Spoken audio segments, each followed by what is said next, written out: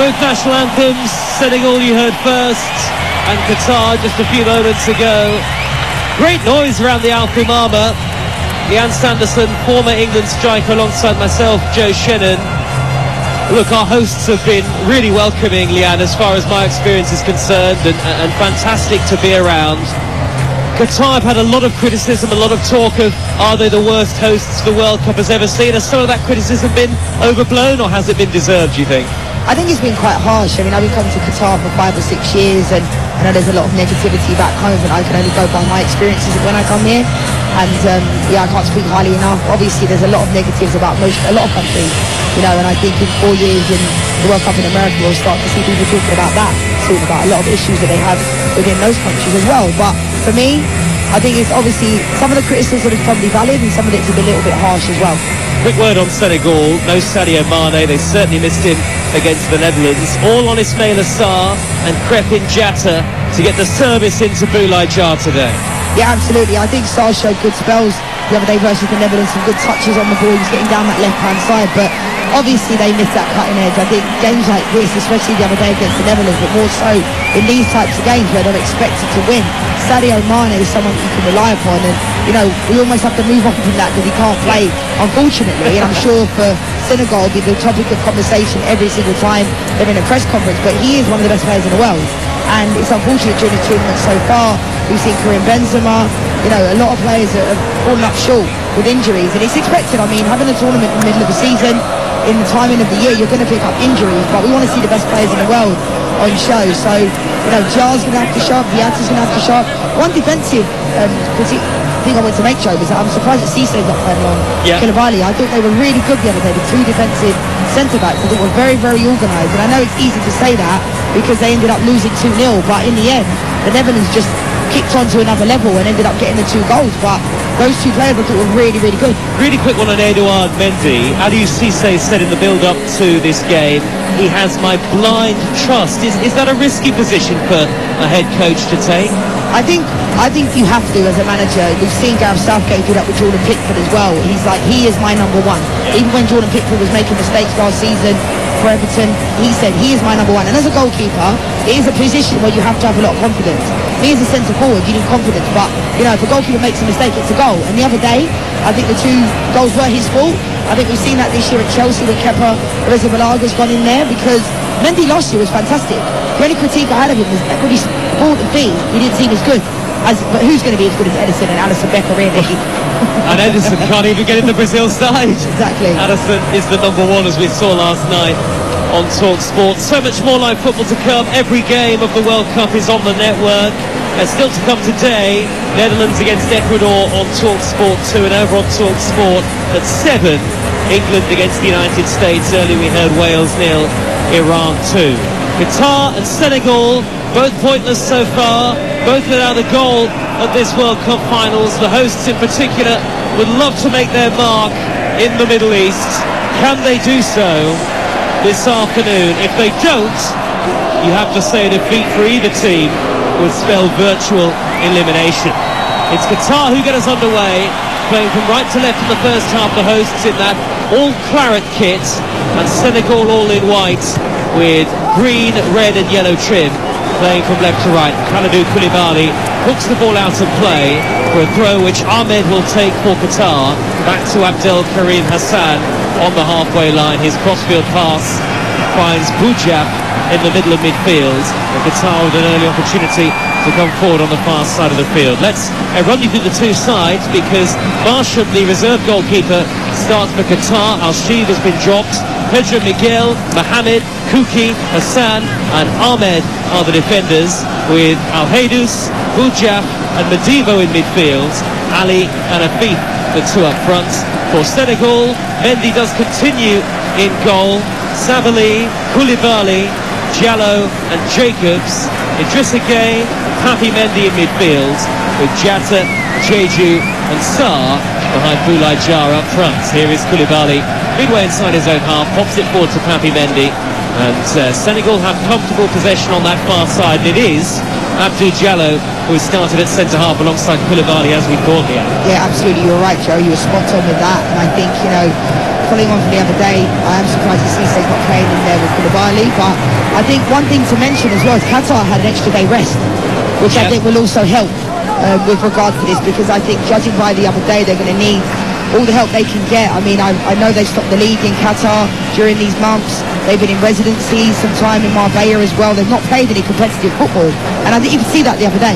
In the game, they looked a bit off it, and you can run, you can train as much as you want, but you can never replicate a match-like situation, and I think that's what we saw the other day against Ecuador. So the extra day rest, I think, will definitely help Qatar, but I just think Senegal will have more quality. Well, they are the first hosts, Qatar, to ever lose their opening game of a World Cup.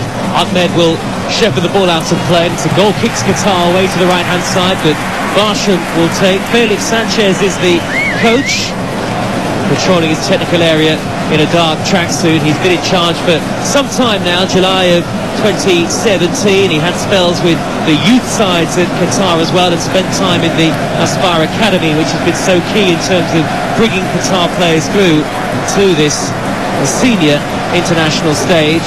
But Senegal have players who we've seen in the Premier League can hurt you and can get at the best of defences, Leanne, don't they? Absolutely, and they played at the highest level. You know, the English Premier League for me is the best league in the world, and there's a lot of players that play in that league, so I think that can only help with the Qatari players. I think a lot of them obviously play here, not the best, most competitive league, but for me, I think it's quite disappointing to see the attendances of these games, because you'd expect there, I don't want to be about that too much, but you just expect there to be more people there, because I came to the Arab Cup this time last year and it was sold out, the crowds are full, so I'm not quite sure now why there seems like there's so many empty seats throughout the stadiums. It's maybe half, two-thirds full, the Al Thumama, 44,500 the capacity. Here's Idrissa Gueye for Senegal, left of centre, midway inside opposition territory. Out to Jacobs with the yellow boots on. Opportunity for Crépin Diatta to come forward. It's 0-0 on TalkSport 2 at the World Cup with 3.5 minutes played. And now Koulibaly just inside opposition territory. Giant Koulibaly looks towards Sabali on the near side of the field. The right back who we saw in that opening game against the Netherlands does like to go forward. It was a game that Senegal really probably shouldn't have lost. It was a goalless and very cagey until the latter stages. Here is Sarr for Senegal, skipping into the penalty area. Angle tight, he shoots, is deflected behind for a corner. I can't believe the referee's given a goal kick there. That was clearly a corner. It came off Madiba. It was actually a good block. Otherwise, it would have been on target, Leah. When I first saw it, though, to be honest, Joe, it didn't look like it took a deflection initially. It looked like it, it did. It absolutely did, yeah, all day long. Because when I saw it, I just thought it was a poor miss. But it took a deflection because it probably would have gone across goal. Because my initial thought was, why did Sarr not go across the keeper? Yeah. But he tried to do that. That's a really poor decision. Well spotted, Joe. Really, really poor decision, because that was pretty obvious that had happened. And they need to, like, why don't not send to the referee, that's a corner? Is that not something they can do in his ear? Just little bit of instant thing. Just say, it's a corner. No one even needs to know that they've gone. They don't need to go to VAR to check the corner. Do that. Well, unfortunately, VAR cannot intervene. As we have spoken about before, it is those very specific instances. So they can talk to each other. Something so simple as it's a good point. It's a good point. Why not, right? Why not? As Senegal looks to come forward again. It's hit down the far side left touchline. Kamara JG will chase, the former Bristol City man. And the defender, Pedro Miguel, wanted his goalkeeper to come for that. He didn't come for it, Barsha. And Pedro Miguel just had to shepherd it back to the keeper, who clears high and long up to the halfway line. It's Qatar very much on the back foot here, defending deep and in numbers as well. A flat back five that we saw against Ecuador. They were overwhelmed in the early stages of that opening game, and Felix Sanchez has put at least some of that down to nerves. Here they come on the attack with Buja, far side of the field, tries to touch it forward to his teammate Pedro Miguel, and back now to the halfway line of the centre half, Ismail Mohamed, who has come in today. And the last thing that Qatar need in this game, Leanne, 5.5 gone and still 0-0, would be to concede another early goal. Absolutely, and I think a lot of it was down to nerves. You can see in the game, but at the end of the day, in the opening ceremony, it's a big occasion. A lot of these players don't play at that type of level where they can ever have games like that. So for me, I also think there's just a lack of quality. I don't think it was all based upon nerves. I feel like the quality just isn't there. And a lot of these players just have never played at this type of standard or level. And that's no disrespect to them, but sometimes you could see a story. During these tournaments, we've seen players that have put themselves in shop windows based upon tournaments. So they can also use that on the flip side. But I think a lot of the players individually, apart from Ali, maybe up front for Qatar, the rest of the players, you don't really see where there's a goal, where there's going to be a goal to come from. Whereas maybe Senegal might make a defensive error. That's the only way I can see Qatar potentially scoring in this game. As Hamid climbs highest to head clear on the far side of the field, but Senegal quickly back into possession. It's Boulaye Dia who's given it away to Akram Afif with the curly hair, chucking back into his own half, and now darting upfield down the left-hand touchline. It's Hassan, the defender, who finds himself in a forward position but miscontrols completely, and Leicester City's Papi Mendy skips across to win it back and send it to the feet of Edouard Mendy. Yeah, Hassan found himself in a really good position, but he just couldn't figure out his feet. Usually centre-backs and defenders usually now are quite good at going forward, but he didn't ever look comfortable receiving the ball in and around that midfield third. Well, he did look a little clumsy in possession, didn't he? I'm not sure what he was doing up there, actually, Hassan. I don't think he Al-Haydous has got it on the halfway line, plays the ball forward towards Al-Moez Ali, who's looking to turn away from Jacobs, the far side, the Qatari right. It's cleared away upfield, and now Jatta can break for Senegal, darting over the halfway line and taking on Pedro. Pedro gets a foot in with the orange boots on, and it's out of play for a Senegalese throw deep inside opposition territory. Aliou Cissé wearing that all-grey tracksuit again, the Senegal coach watching on from his position in the dugout there. Supporters have been terrific throughout the World Cup so far. They're all waving their yellow and green and red flags and hopping up and down, and we've got a couple of drums in the Alfimama again, haven't they? The Senegal supporters, they really have brought a lot of joy to the tournament already. Absolutely, it's fantastic when you're in and around the stadiums as well, Joe, to see, you know, the Ghana's fans last night, the same thing. They're just having the time of their lives and really pushing on the players. You sometimes see the coaches looking over to them as well. Sarr, dead ball line, crosses, Jeju spins, turns, tried to lay it off towards Jar, comes out to the edge of the box, and the shot is driven wide by Papi Mendy, having chested it down, 30 yards or so from goal, and he couldn't get it on target. It was a disappointing effort in the end. I wonder whether the cross from Sarr initially had it gone out of play, Liam. Yeah, that's what I thought initially as well. I mean, he will be disappointed with that strike from Mendy. It wasn't good, really. He should have probably hit the target. He didn't really catch it well, to be fair to him, but Sarr was their bright spark the other day against the Netherlands as well, and he certainly looks like getting down that byline, you know, on that right-hand side, he looks really threatening. And I feel like once Senegal get the first goal, I feel like it will only be a matter of, you know, production, really, in the sense that they will get more. I think Qatar is difficult because, you know, they're not as good as Senegal, but then we said it many times in this competition, a lot of the teams, especially the African teams, sometimes are the underdogs, you know, and the Asian teams are as well. So, and we've seen them step up during this competition, and I feel like the fans have really helped them, especially like you see the managers. Last night I saw the manager looking over to the Ghanaian fans going, come on, and I think it really makes a difference. But, you know, it looks like the stadium's getting a little bit more full now, which can help, but I think a lot of the atmospheres have been indifferent. It's great to see the fans, you know, banging the drums and those types of things, and I think for Senegal they're going to need to get, you know, I expect them to get a lot of goals tonight.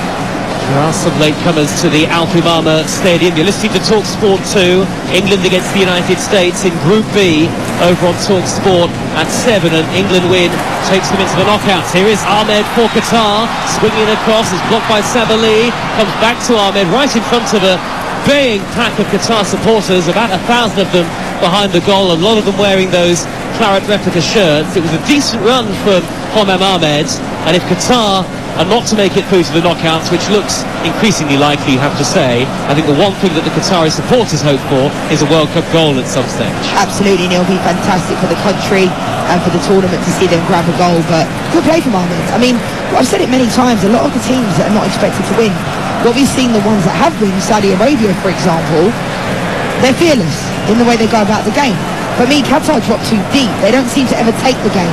Yes, we know they don't have as much quality, but they're very pedestrian in their movement, and they kind of just all bank up behind the ball. So it invites the pressure on, and once Senegal get going, I just have the worry that Qatar can't get anywhere near them, because for me, I feel like Qatar are a little bit off. It's like Senegal pop the ball around, then they decide to press, instead of just pressing as a unit. Well, no World Cup host has ever lost their opening 2 group stage matches. We may well see that record broken today. It is still, though, Qatar 0, Senegal 0. 11 minutes gone, neither goalkeepers had a save to make. Sarr finding Jeju outside of the penalty area, trying to play it back towards him. There's a good tackle coming in from Ismail Mohammed on the slide at the vital moment. Jeju does look lively in the early exchanges. He scored plenty of goals at championship level in the past. Here's Jatta for Senegal, meandering infield to the far side, the left. Infield pass to Idrissa Gueye. And in large part, the team in white, Senegal, are absolutely dominating this match. And it was interesting listening to Kalidou Koulibaly in the build-up as Jacobs crosses to the near post. It's cleared away by Kuki at the heart of the Qatar back line. Kalidou Koulibaly saying, we're going all out, we're going to be warriors today. And that's what they've shown so far. Whip cross by Mendy, a little overhit, but Jatta will keep it in play. Neat back heel to find Boulaye Dia. And now Jacobs with plenty of time and space to swing in his delivery, and another diving header clear by Kuki. And Qatar seems to have no ambition, Leanne Sanderson, former England striker, other than to just really stay in the game. Absolutely, and I think it's not the same as last night, but it reminds me of Senegal, of Ghana versus Portugal, because last night Portugal didn't expect to be holding on against Ghana in the end, the lowest ranked team in the tournament. So we've seen anything can happen. I didn't expect at half time, no goals are going in, and then all of a sudden the floodgates open. And when Portugal went ahead with the Cristiano Ronaldo penalty, we expected it just to be a formality, but we've seen these teams can be quite frustrating to play against because they're quite difficult to break down, but Qatar are not really showing anything when they're going forward. Savali looking to dart down the near side, the right for Senegal. A sliding tackle from Asim Madibo to poke it out of play. His first ever appearance at the World Cup finals. One of 3 changes for Qatar today, as Savali knocks the ball back to Koulibaly for Senegal. Infield now to Gueye and Mendy. Wide to Savali again. 13 minutes gone. Gueye makes the overlapping run. It's out of play for a throw. Leanne Sanderson, like me, you've seen virtually all of the games, and sometimes they blend into one, but it's a special time, isn't it, the World Cup finals? And actually I think it's been a terrific tournament so far.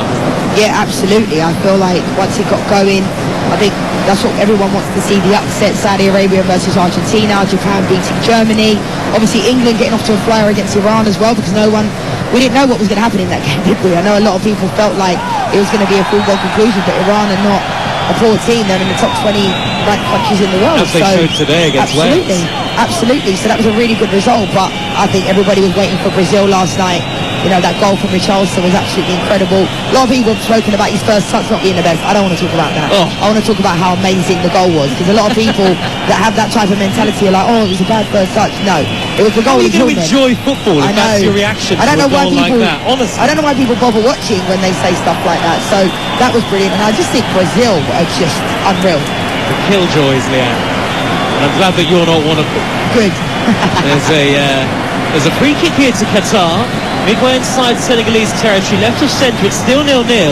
They look so unlikely to score from open play. You feel that maybe a set piece could prove their best opportunity. The Qatari flags, claret and white, are being waved around the stadium. Qatar fans on their feet. It's taken short to Afif, who then does whip in a high delivery towards Mohamed at the far post. He heads it back across towards Kuki, but in the way to clear was Jacobs. It's come back to Al Haydous, down by the corner flag. Steers the ball back to the feet of Pedro Miguel, who whips in the cross, headed away by Koulibaly, and now Afif hits it on the half volley, and it screams several yards over the bar. But that's an example. Afif was on the free kick, on a set piece. I'm not quite sure why they need to overcomplicate it. They did like a back heel, and then they put it into the box, but just load the box. Anything can happen. We saw the other day, Senegal were really organised defensively, but if you put the ball within areas that can cause a problem, they can cause any team a problem. But doing this short thing, back heel, don't overcomplicate it. Just put the ball in where it hurts, and Ali could be in there to put it in the back of the net. Well, credit to Qatar. They have certainly shown spirit so far after that chastening opening encounter. Here comes Senegal, though, with Jatta on the far side, their left. Again, he tries to maraud in field, then twisting back onto his left side, and once it runs into the tall figure of Boudjab. Loose pass, though, comes back to Jatta, who shoots, and it's carried away at the near post by the goalkeeper, Barshan. It was poor defending there from Qatar, but the goalkeeper makes a relatively simple save. Senegal have a corner, 0-0. Yeah, you'd expect Barshan to make that save, but having said that, it's good that he's getting some type of, it's a bread and butter save, really, but I think the other day, Sheik was almost making the defenders rattle in the way he was being from the minute one, that he was coming out to get the ball, punching it, missing it. Disallowed goal. Doesn't settle down your defenders, so... Just again will take the corner. It actually got a deflection on it, that shot, so it was a better save from Barshan than we initially thought. He did well. Gay waiting for options, sky blue boots on, whips in the high delivery, out comes the goalkeeper, doesn't get there, and it's headed wide by Jeju. He flapped at that, did Barsham. Very slight and certainly not the tallest of goalkeepers. Two players have collided heads inside the penalty area. I think it's Pedro Miguel and Jallo who have gone head-to-head virtually there. Goalkeeper completely flaps it in. Again, very unconvincing. And it's gone behind for what I think will be a corner to Senegal once again. Yeah, I don't get this. I just gave Barsham a compliment saying, he looks comfortable, pretty bread and butter save, but at least he got to it. These Qatari goalkeepers have no idea where they're coming for the ball. She did it the other day. Barsham's just come out, let your defenders defend. Old school saying, let the defenders defend. If you're going to come out, punch it as far as you can, or collect the ball. But he has no reason to be coming through players there. So it didn't look good in the end, and they're lucky that he conceded a goal from it. And having goalkeepers like that behind you, whether you're a defender or a centre forward or a midfielder, you need someone that's going to be commanding and will instill that confidence within the team and those types of things. But then, to be honest, I don't think the Qatari defenders even, if that was me and he was my teammate, I'd be screaming at him, what are you doing? But they just kind of see it as a formality, but the goalkeepers must do this all the time in training. They must do it. Well, he's not the tallest, is he, the goalkeeper? He doesn't need to come, no, Joe, at all. And if he comes, get rid of him. I mean, it's around the penalty spot, isn't it, the delivery? And Pedro and Jallo are still being treated here, by the way, it's worth saying. The goalkeeper was nowhere. In fairness to Qatar, the score's still 0-0, by the way, and treatment's still going on. They have a tiny pool of players to choose from, really. Felix Sanchez, when he arrived as a coach in 2006, there were about 200. Even now it's only 6,000 or so, and they've got the state-funded Aspire Academy, which is key to overcoming all of those hurdles. And actually, when Qatar beat Japan in the Asian Cup final in 2019, one of the coaches said it was like Leicester winning the Premier League in 2016, only with homegrown players. So it gives you, I guess, a little sense of the scale of their achievements. But once again, they have been up against it so far, albeit Senegal have not been able to make the breakthrough. Forward by Boudjaf towards Afif on the halfway line. He spins and turns away from Papi Mendy. The longer it stays 0-0, the more confident Qatar might get. Afif trying to raid down the far side touchline. He's done well. He looks a lively player, Leanne. Yeah, he looked like that against Ecuador as well, Afif. I thought he looked really bright. And you're going to need players like that are going to pick up the ball, get on it, be fearless, because we say that the longer the game goes on, Qatar will be happy with this. The quality, obviously, they don't have it individually, but what you can bring is that passion and that hunger and, the crowd on your side. It's a home nation. But sometimes that can only take you so far when your quality is way below the levels that it needs to be at. But I was just in this tournament, teams like Saudi Arabia, I keep saying it, the biggest shock in my lifetime of being on this earth and watching football. It was absolutely brilliant, but that type of game doesn't come along very often. It's a World Cup that so far has had actually a little bit of everything. That's a tackle from behind by Mohamed that results in a foul and a yellow card for the Qatar defender, and a free kick to Senegal midway inside opposition territory. There is quite a good tempo to the game. The atmosphere is quite lively. It's a lovely day. If you were listening to our commentary of Wales nearly ran 2 earlier, the sun was beating down onto the pitch. It was very hot as well. One of those lovely bright sunny days in the Qatari desert that we've become used to seeing during this Winter World Cup.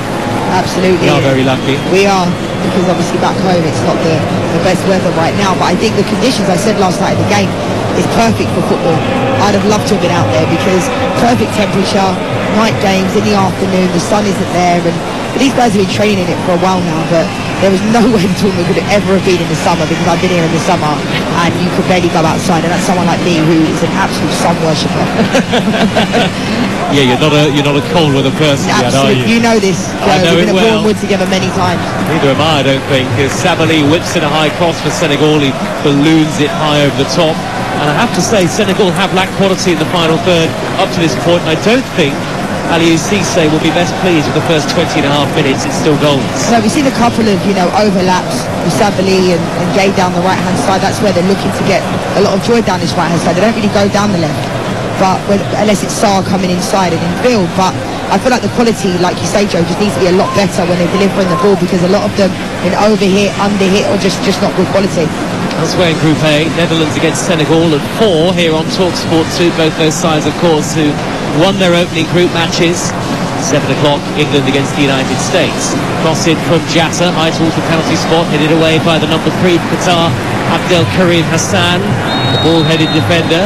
And then Koulibaly is fouled by the retreating Almoez Ali, and it's a free kick to Senegal this side of the field in their right-back position in front of the dugouts. Was that a handball by Ali, in fact? Yeah, it was all day long. I was wondering what the referee was going to give, but that was pretty silly from Ali. He didn't really need to do that. Just could have moved his body towards the ball instead of he used his arm to control the ball. That would be a handball in any day and age, let alone now, you know, when all the technology's around. So good position for them to pick up the ball on this right hand side, in swinging cross could probably cause a problem if the delivery is right. They overcomplicate it, Senegal. I feel like, you know, that's what a lot of teams have done during the tournament. I think they put the ball in where it hurts. Looks like Jacobs is about to take it, which is quite strange because he's a centre-back. He's going to step up and whip this in high, left-footed, headed away by Ali, tracking back and making up for his concession of the free kick in the first place. And then the Spanish referee Antonio Mateo Lahoche gives Qatar a free kick. Kuki marched into by Jeju, who I'm not sure actually knew a lot about that. And Qatar, though, have held out for the first half of the first half, and it's still scoreless. And actually, aside from that tip wide by Barsham, the goalkeeper, who then flapped the resulting corner, we've had almost nothing, Leanne Sanderson, in terms of goal-mouth action. Absolutely not, and I think a lot of the Senegal players are probably sick of talking about Sadio Mane, but yeah. I feel like in these games, again, like he would be that player. I don't even think it's necessarily his ability, it's how you lift the team. Yeah. I look at this Senegal team, and there's Koulibaly, and he's had a good game the other day against the Netherlands, but apart from him, Sarr, potentially, but they're just not, you know, they're not match winners like Sadio Mane. So having a player like him on the pitch, at any given time, anything can happen. And he's a real game changer, and especially in games like this. I think against the Netherlands, it still would have been quite difficult. But, you know, Sarr will get an opportunity in this game to score.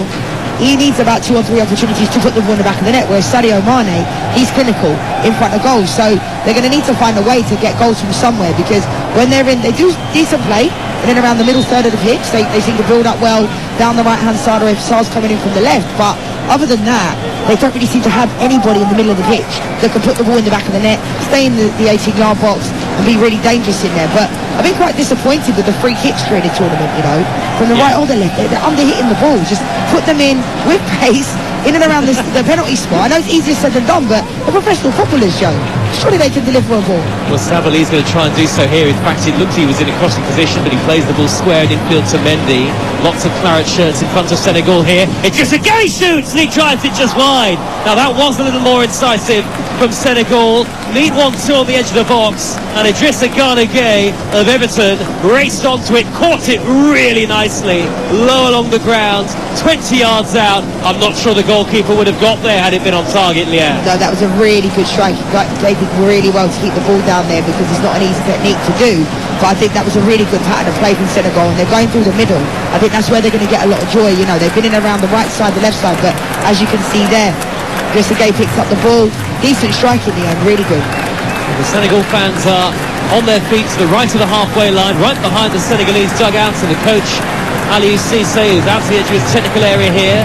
Senegal coming forward with Sabali, infield to Gueye, and the pass is miles overhit. It was in a congested area, so Sabali was never likely to reach it, but that was better from Senegal. And we spoke about that dynamism that Sadio Mane provides, and Idrissa Gueye is somebody who in his career has been capable of that sort of thing, even at 33 years old these days. Yeah, Sabali as well down the right-hand side, I think is getting a lot of joy. But I think sometimes when you are so much better than the opposition individually, you can sometimes overplay. And I feel like Senegal at times are doing too much. They don't need to do the most. They just need to keep the ball in and around the areas. I know it's easier said than done, but as the game goes on, we don't want Senegal to become frustrated, because Qatar, you know, they're putting a decent spread. They kind of rode the momentum, I think, a little bit. At one point it looked like Senegal were going to score at any given time, but right now we're seeing, you know, their best pattern of play during now. Here comes Abdel Karim Hassan, the central defender, shooting, and it takes a big deflection and goes miles over Mendy's goal. And again the referee gives a goal kick. That is extraordinary. That took a massive deflection. Honestly, I have to say, that's twice the referee has failed to spot obvious corners. It cannoned off Idrissa Gueye, and here comes Senegal with Sarr at the other end, and the goalkeeper dives up into the air, Barsham, and beats him to it. But had they scored that, Senegal, you'd have to turn around and criticise the referee for that. Absolutely, and I would be, if I was on the field of play, I'd be absolutely livid because there's two opportunities there. That one looked even more obvious that it was, it took a deflection, and these are basic errors from the referee. It took a massive deflection. It was Mohamed on the right-hand side for Qatar. TalkSport 2, 0-0. Infield towards Ali, trying to spin a turn with his back to goal. But Idrissa Gana Gueye comes across to win it back, and we'll see it back to Jacobs, and Senegal can build again. And Qatar need all of the advantages, all of the little details to go their way to get a result in this tournament. Absolutely, and Hassan there picked up the ball, decent strike, looked like it was going on target as well. Now, I spoke about him in that attacking area before. He didn't look comfortable when he went up there. He's a centre-back. But, yeah, that's not good for the referee at all. Clear corner. Well, Jacobs crosses, and it slides behind a little nervously by Kuki, who knew the bearded defender that Jeju was looking to race in behind. And Jeju, a striker with great physicality and aerial prowess as well. And safety first in the end from Kuki, and Senegal have a corner on the far side, and Idrissa Gueye will go across to take it. Remains goalless. The floodlights are on. It is nearly 4:30 local time in the Qatari desert. Gueye to swing in the corner up towards Jeju, and well headed away at the near post. It was Ali back there doing his defensive duty diligently. As we saw in the first game involving Qatar, a lot of spectators just sort of walking around the stands rather unusually. My least favourite thing of this World Cup is when people are walking around the stadium when the game's going on. Honestly, when we were at the game the other day, it's just like constant walking around. It's like, watch the game. Not everyone's like that though, but just watch the game. Rulers on the far side of the field, and it's Crepin Jatta in possession. Jatta fixing the delivery, headed away by Kuki again. He's done well so far. Back in by Jatta. Oh, it came off the head of Kuki, span towards his own goal. Goalkeeper punches. Savali on the volley, smacks it wide. Angle was slightly against him, but I think there were enough bodies between Savali and the goal that even had it been on target, Qatar would have done enough. Barsham, punch clear. Got away with it this time, Leanne. But that's twice now that Kuki in the last 2 minutes I feel like looks really erratic. Barsham has come out again. I have no reason why he's coming out. If he's going to come out, he's got to get it. Savali, I thought, should have done a better attempt on goal. Wasn't the greatest of attempts, but Kuki looks a bit rattled. We saw the one before it went out for a corner. He sliced at the ball completely. Kuki and Barsham just need to calm down and relax. But then, where does that leadership come from? There needs to be someone on the field of play that's saying, just calm down, let's possess the ball, because they're doing stuff like they're just there, but they've just tried to launch the ball forward to a fifth, and it's like, what is he supposed to do with that? It's not a purposeful ball. I feel like they need to try and find their strengths, Qatar, and play to them, and that's why I worry that I don't feel like they know what their strengths are, because we can sit here all day and talk about the quality and their lack of quality, but when they do have the ball, you have to make the correct decisions. Here comes Al Haydous, the captain, one of 4 centurions in terms of international caps in the side. Mohamed flicks at a high cross. Here comes Edouard Mendy, and the ball seemed to hang in the air for an age, and Mendy, all in blue, plucks it out of the air, and that's a great clearance from Mendy downfield. Goalkeeper's come a long way. Sarr, it hit the goalkeeper, and then it was headed away by Kuki. Oh, and Barsham got so lucky there. Sarr tried to lob him. Goalkeeper raced out of his goal, almost like a rush of blood, and I think he's fortunate more than anything else, Leanne, that Sarr's shot, it just hits him more than anything. Absolutely, and I've been quite critical of Mendy this season in the Premier League, and especially the other night, but that is an absolutely fantastic volley. To be able to get that ball and hit it into Sarr's palm from that angle is incredible, but Barsham got away with one there because, again, he had no reason to come off his line. If you're going to come off your line, take the ball. So I think he got more fortunate there in the end. Sarr, good run, but a fantastic ball from Edouard Mendy. Half an hour gone on TalkSport 2 at the World Cup, and it is still Qatar the hosts 0, Senegal 0. Both sides, remember, pointless coming into the second match day. Boulaye Dia has just been booked a yellow card out of the pocket of the referee from Spain, Antonio Mateo Lahoche, for a foul on Homam Ahmed. And to come tomorrow across the network, 10 o'clock on TalkSport 2, Tunisia against Australia in Group D. The 3 commentaries over on TalkSport. Poland against Saudi Arabia, France against Denmark, Argentina against Mexico, and as well as all that, tomorrow we'll have updates from the second round of the FA Cup. We've got reporters at 4 matches, and on TalkSport 2 and we've got commentary earlier in the day at 12:45 of Kings Lynn Town against Stevenage. Well, Qatar have looked erratic, they have looked nervy at times, defensively, but they have battled through so far. The side ranks 50th in the world, and Senegal, I think it's fair to say, have lacked a bit of cutting edge as we watch the Qatari man Ahmed receive some treatments just in front of the near side touchline. Yeah, the message I would say that Felix Sanchez needs to communicate to his players is that they just need to calm down. You know, again, we can talk about the lack of quality that they have, but it's when they do have the ball, and defensively, Kuki and Barsham, they're doing things they don't have to do. You know, Barsham's coming out for a ball, he doesn't have to come out. And that type of play can really impact the rest of the players around on your team. Because if you see your goalkeeper coming out and not catching the ball, when you look at Mendy, you know, I was critical of him the other day, but he's been pretty solid tonight when he's been called upon. Because people can say he's not really been put under pressure, but at the end of the day, when you're a goalkeeper, you're not in confidence and you're making mistakes, you're susceptible to making another one because it's in the back of your mind psychologically. So the fact that Mendy was able to put that ball in there, you know, on the spin into Sar's path, again, I think it's inevitable that potentially Senegal are going to score, but Qatar just needs to take better care with the ball because anything is possible. And people, when he gets to Ali, they have good stuff going forward, but I just think Felix Sanchez needs to tell his players to just calm down. Yeah. They just need to calm down because enjoy the bit. Yeah. Well, he's back on his feet is Omar Ahmed. Qatar in possession with the feet just shy of the halfway line. Edouard Mendy has had an incredibly up and down last 18 months or so. His outstanding performances in his first year with Chelsea and less convincing this season, and at fault, I think, for both Netherlands' goals on match day one, but his head coach Ali Cisse has given him his full backing. They do have the very capable Seny Dieng among their reserve goalkeepers, Senegal, but as Qatar give away a free kick on the halfway line, it's really to put Arslan to drop your goalkeeper so early in the tournament, because once you've dropped him, you can't really bring him back in, can you? Yeah, I think I completely agree with the manager. I think Mendy needs to play. I think it's not good for his confidence. He's not a bad, awful goalkeeper all of a sudden. You know, when he went into Chelsea with Thiago Silva, they were amazing. So he can find his form again, and I think with goalkeepers, a lot of it is to do with confidence. Now, if you'd have taken him out of the lineup, that's not good. El Sheikh had to come out of the lineup because he was that bad. Madiba forward to Ali for Qatar, and now here's a feed in the penalty area. He's bundled over. Is that a penalty kick? The referee says no. No penalty. Huge controversy.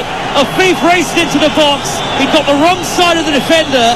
He was sent tumbling to the ground at the point that he was about to shoot. And Antonio Mateo Lahoche, the Spanish referee, says no penalty kick. Sar with a challenge, and surely VAR is going to have a look at this, because that is, to me, is not a penalty, Leanne. I don't think so. When I initially saw it, I thought it was, but I think Afif was actually waiting. I think he could have got the shot off. I think in his mind, he's thinking, I'm going to wait for this to come in. Any type of contact, I'm going to go down. But I think Afif could have just put it in the back of the net, genuinely. He obviously stumbled into him, but I don't know about that. This goes back to this, our players playing for it, type of contact that's on the ball, but I think Afif should have just took that in the back of the net. Well, he did seem to dally and delay, and that allowed Sar to get back. And then in came the challenge. There is contact, but it is relatively minimal, having watched it again on the monitors. And of course, VAR will check everything as it happens, and there was no need for the referee to go to the monitor. And it remains Qatar 0, Senegal 0, and it was right in front of those Qatari supporters. And as you say, Leanne, a former striker yourself, why didn't he just pull the trigger earlier? And he did this interesting step, Joe, just before he was about to hit it. All given away to Sar. He's on the edge of the box. He finds Jeju. Back to Sar inside the penalty area. And in the end, he's tackled by Kuki. And the ball rolls through to Michel Barsham. Chances at both ends. Absolutely. But Afif, as he's about to strike the ball, he kind of leans with his right thigh almost into the Senegalese defender instead of just putting it in the back of the net. So I think if that was me and he was my player, I'd be fuming that he didn't just get the target, because he's waiting for the foul to be able to be drawn, just put the ball in the back of the net. But again, we've seen in this tournament so far some inconsistencies. I think the referees have been okay, but there's been a lot of inconsistent decisions that have been made. And actually, in fairness to the Spanish referee, on first glance I thought it was a penalty, but I will take my hat off to him. I think he's got it right. The ball is with Gay. I'm not sure our producer's entirely convinced anyway, but it is still Qatar 0, Senegal 0. And look, it has been a first half lacking in quality at times on TalkSport 2, but it's not been an unentertaining first 35 minutes or so, as the ball bounces off Pedro Miguel and goes out of play for a Senegal throw. down by the corner flag. I think Senegal have been quite disappointing, actually. Yeah, I think the thing about both of these teams, they're quite unpredictable in their play. You can see Sarr gets the ball quite a lot.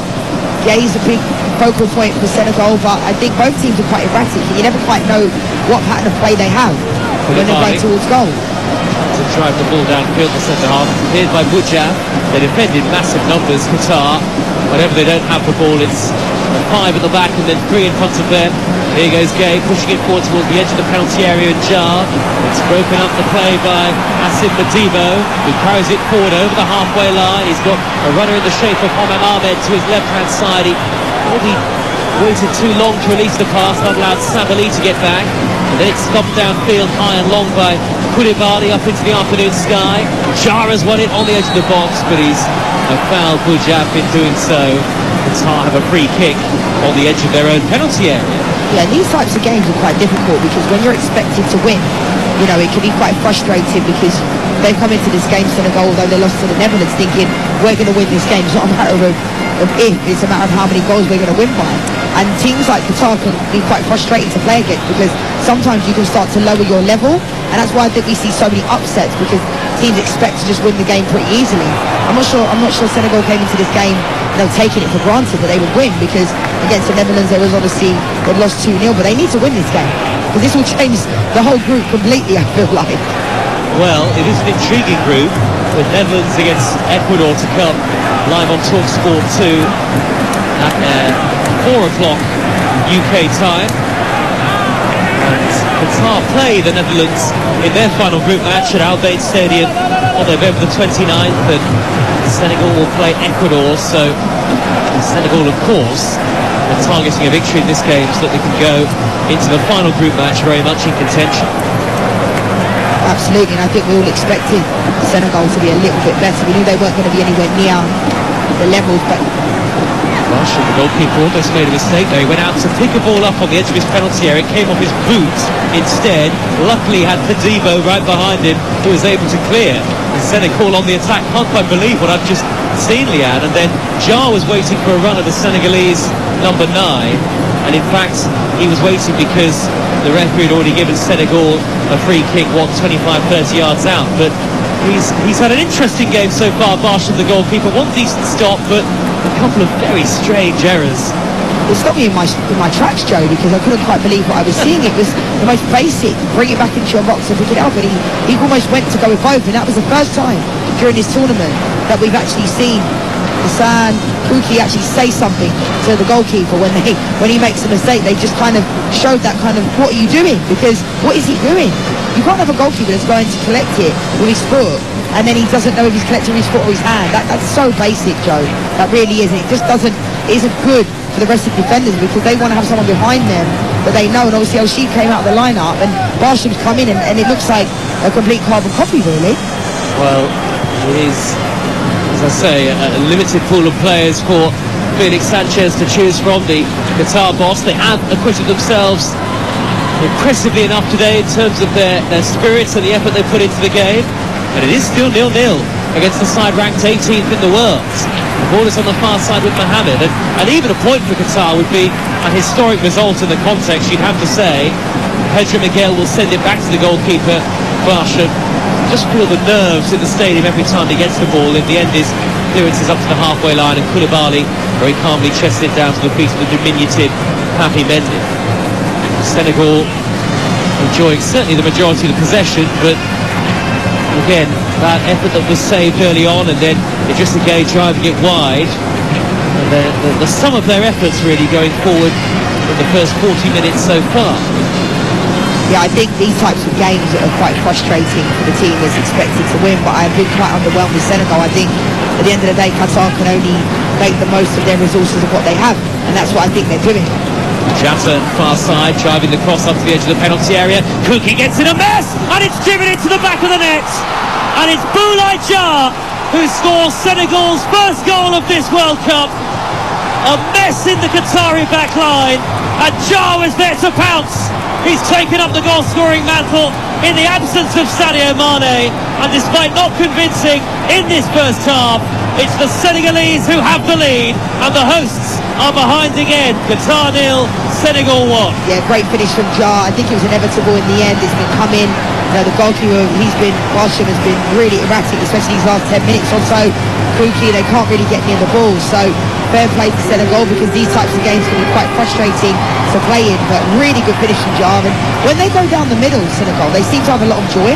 They just haven't done it. I mean, again, defensively, that is such a poor clearance.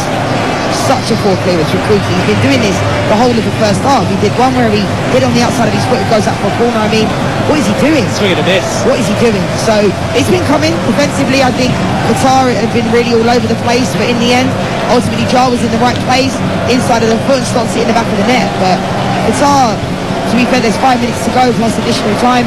They'd have been really happy going in at half-time 0-0. They really would be, but I think now it will go on to be a bit more of a formality. I feel for Qatar because, you know, up front and in the midfield area, they're really trying, but defensively they're so poor. And if you have a goalkeeper that just doesn't come and collect the ball, doing really erratic things in Barsham, you know, and I think they thought they were going to overcome that by taking Ashif out of the lineup, but they haven't, because Barsham has just looked in the exact same lack of quality in those areas. Mullah Jar, who has now got 3 goals in his last 6 international matches, is 4th for Senegal across his international career. And, well, Kuki's mistake was inexplicable. It was the easiest of clearances, as you said, Leanne, and he just completely miskicked her. He's got the tiniest of touches, and in fairness to Jar, he swept it beyond the goalkeeper very nicely. And we are watching a host nation who, in terms of quality, certainly lag behind probably just about every host nation that I think we've seen in a World Cup before. Forward by Jacobs, high towards the edge of the box. Kuki volleys it away this time, high up into the air. And Qatar might as well try and go for it from here. They've got nothing really to lose, have they, Felix Sanchez's side? They're 1-0 down on TalkSport 2. No, absolutely not. And I think leading into the tournament, they thought they were doing the right thing.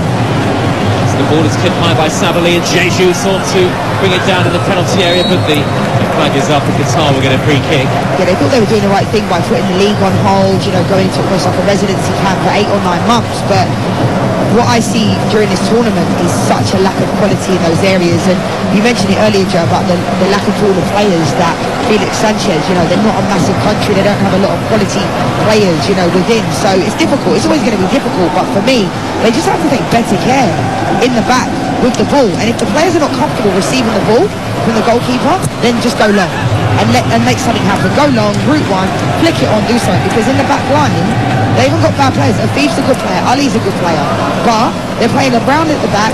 Barsham's getting the ball, hitting it out wherever he wants to. The lack of quality is there, and then they just don't really ever get going. Change the shape, second half. Take one of those defenders in that flat 5. Pedro's actually been hurt here in a collision with his own teammate. I think it was Mohamed, and Pedro was caught by his own teammate. Oh, that was a horrible blow. 2 knees into his chest, his stomach, and his teammate flying towards him at full pelt. That's a horrible injury for Pedro Miguel.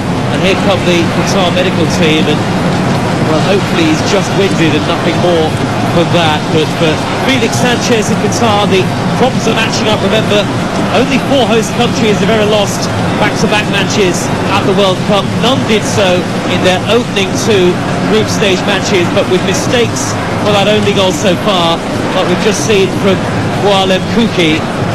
Really, there is nowhere for them to go. No, we can see on the replay, Kuki's saying to his teammates, he can't see, he can't know.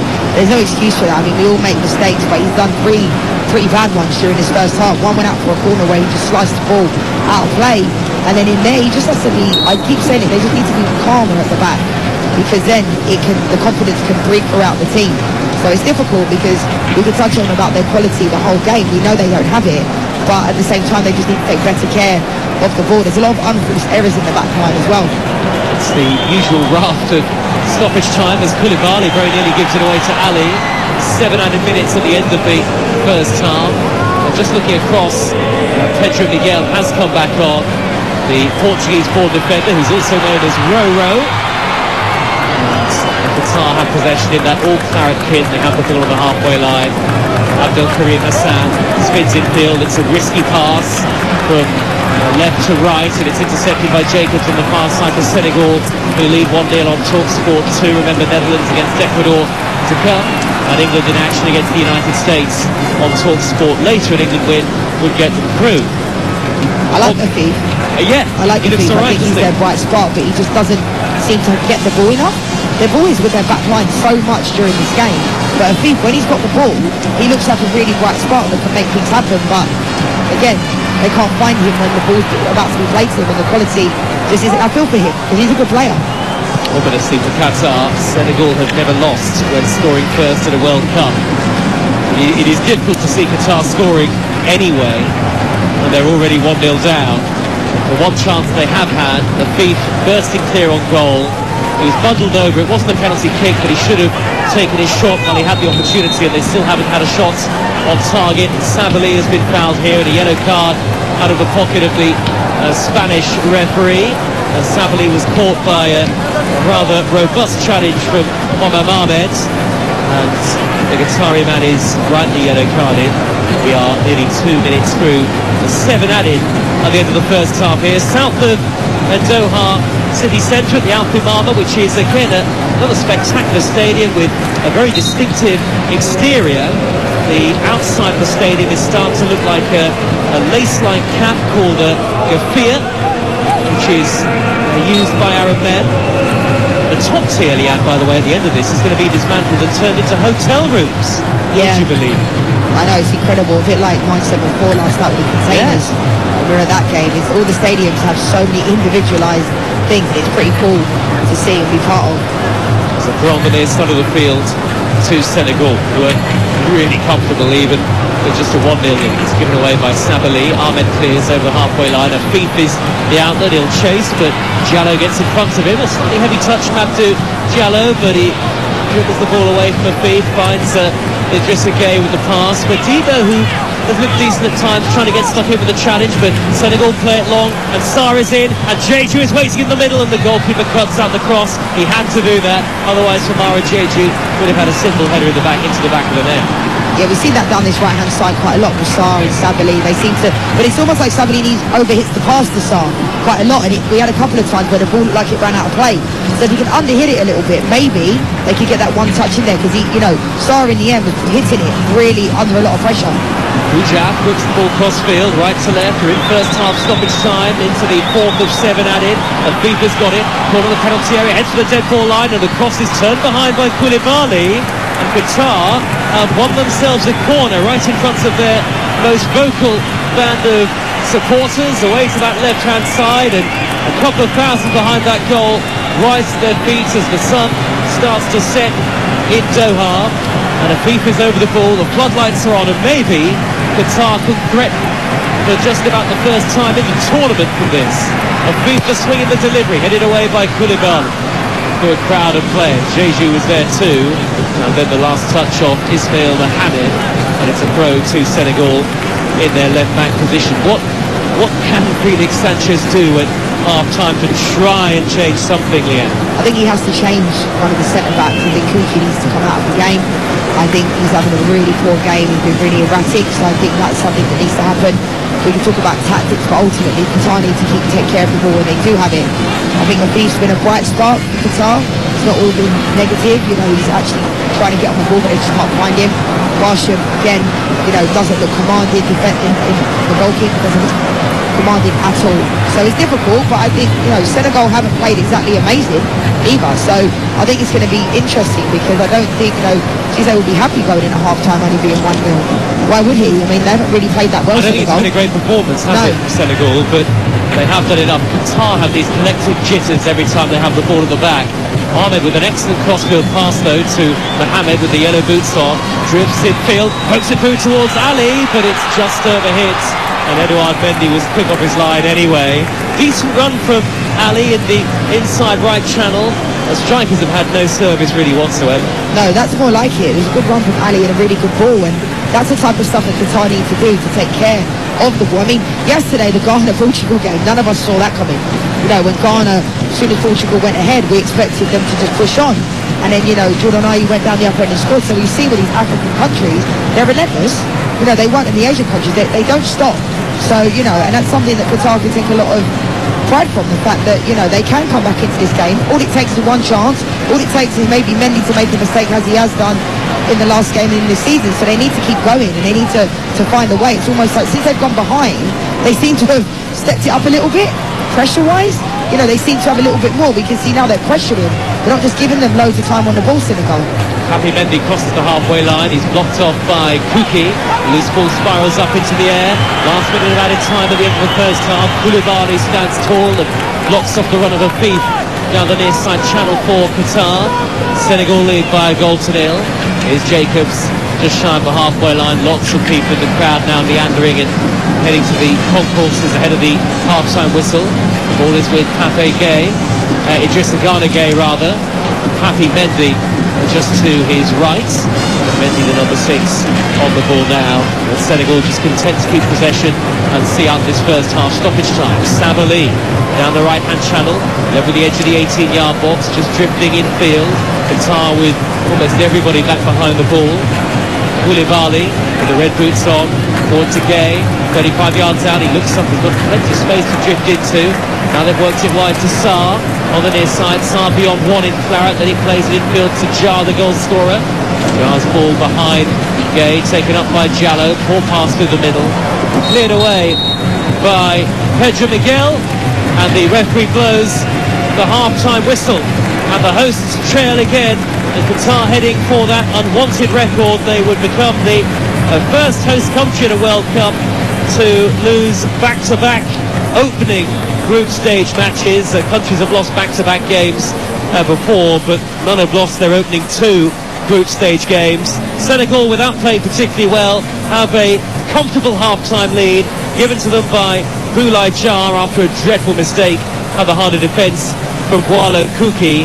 And Qatar still yet to have a shot on target across the whole tournament, Lian Sands. Senegal get the second half underway, playing from right to left in their all-white kit with trim of red, green and yellow, the colours of the Senegalese flag. And Qatar all in that claret strip, that deep claret, playing from left to right, actually attacking away from the end where their most vocal supporters are housed. Here are the teams. Barsham in goal. I don't think there have been any changes, as Pedro Miguel sends a long ball downfield into the penalty area. Ali controls his back to goal, but his layoff is straight out of play. Pedro Miguel, Kuki and Hassan are the centre halves, with Mohamed and Ahmed the wing backs. Al-Haidous, Boudjaf and Madibo in the midfield for Qatar, with Afif and Ali up front. Mendy is in goal for Senegal, with Sabali, Koulibaly, Diallo and Jacobs the defenders. Gueye and Mendy in midfield. Jatta, Jeju and Sarr behind Jar up front. And Kuki, who's at fault for the only goal, with a high diagonal ball out to the near side channel, and Ismail Mohamed, and it's out of play for a Senegal throw on the halfway line. The sun has set and the floodlights are on. The 2 coaches standing on the edges of their technical areas, and Felix Sanchez, the Qatar boss, just trying to encourage his side. I wonder what the message was at half-time for England striker Lian Sanderson. Yeah, it's difficult for Felix Sanchez because they just don't have the quality, but what they can have is a bit more passion, a bit more fight, a bit more desire. And I feel for them a little bit because they just look like a team that's not played much football. And you can see that, you know, we spoke a lot about them being in residency 8-9 months, not really playing. They played friendly games, but you can never recreate that. And the team I saw at the Arab Cup last Christmas around this time doesn't look like this same team. You know, we knew Qatar weren't going to be well beaters, but I'd expected a little bit more from them. But again, I'd expect more from Senegal as well. I don't think their performances individually, Senegal actually have good individual players.